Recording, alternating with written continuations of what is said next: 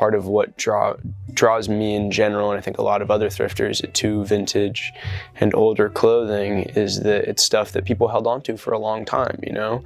So it's not just a piece of clothing that was bought and worn for a season. It's like, if somebody held on to this for 50 years, clearly it has some inherent value to them. I think just getting to like express yourself in a unique way is cool, you know? You get to like choose, you know, an eclectic source of things, you know? Like you can find clothes that nobody else in the world will own. I think a lot of clothing goes to the landfill. I think that beyond that stuff, though, I think that the clothing that is being made now is made with planned obsolescence in mind, you know? So it's made poorly, and it's made to not be worn for more than a season.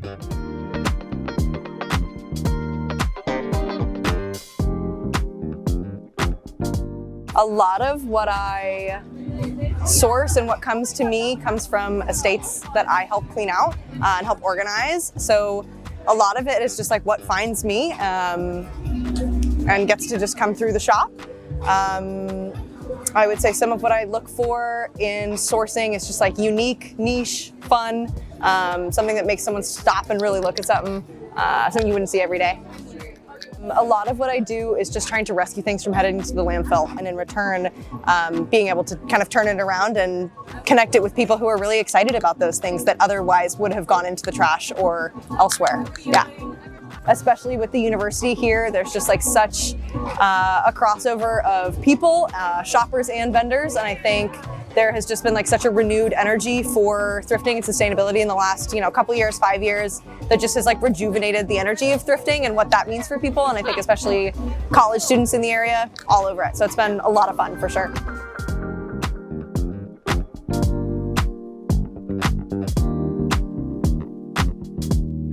I started making clothes in around 2018, I would say.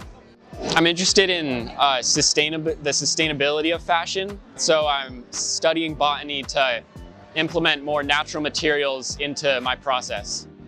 I hope to one day be able to grow my own textiles using materials such as hemp, jute or flax, and bamboo. I've always had kind of a disdain for single-use plastics. Like, it kind of just like hurts to like use a product for just a few minutes and then throw it away, knowing that it's gonna exist in the environment forever. So that was definitely a major inspiration. Just the way that clothes are created now, cotton, as sustainable as it is compared to other things, takes an extreme amount of water and land to produce. Plastic-based fabrics release a lot of microplastics into the environment. That's terrible for many reasons. So those are my main inspirations.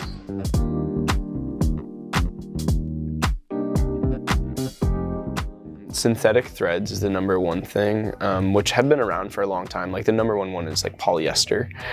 Pretty much all pieces today are polyester.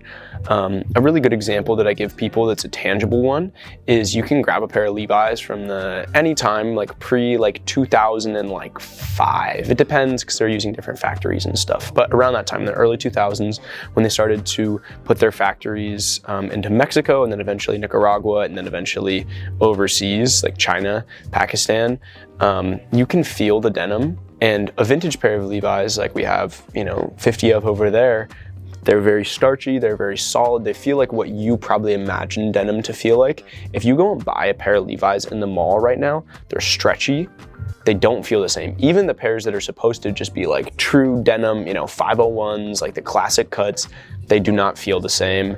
Polyester will never degrade in the landfill. It will never fully biodegrade like natural materials will. And then also just in general, like, when you go to like these like sweatshops and stuff, like if you look at like a Shein or something, like they're not using good practices to make their clothing, not only with like who their laborers are and, you know, how they're paid and what have you, but also with the machines and stuff. Like, they're trying to cut as many corners as possible, versus a lot of this clothing was a labor of love. From my perspective as a shop owner, what makes Eugene so special is it's not like a competitive thing here. There's a lot of places it's like, oh, we have our lane, their lane, we're trying to whatever. It's like, every shop here will like recommend people to the other shops and be like, you know, if you come in and you're like, hey, I'm looking for like a big flowy dress, I'll be like, you know, I don't sell that stuff, that's not my thing. Wild Paisley, Bumble Boutique, you know what I mean? Or if you're like, oh, I'm looking for some just cheap random stuff, I'm like building a costume or whatever, I'll be like, go to Ghost Town, they have $1 bins there. I think that it just leads to a better, more healthy, happy community.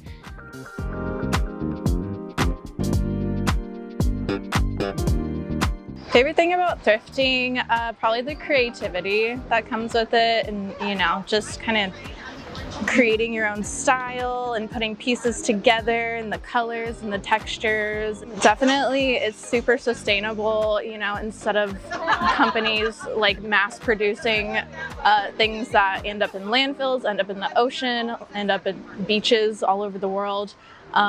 You know, it has a chance to have a second life. I would say 99% of my clothing is thrifted, and me and my friends get together actually usually once a month and actually do a clothing swap, and that can be really fun. In my personal life, you know, that's a way that me and my friends recycle, and then we also don't have to like get rid of certain pieces that we love. We can give it to each other and see each other wear it, and it makes us really happy.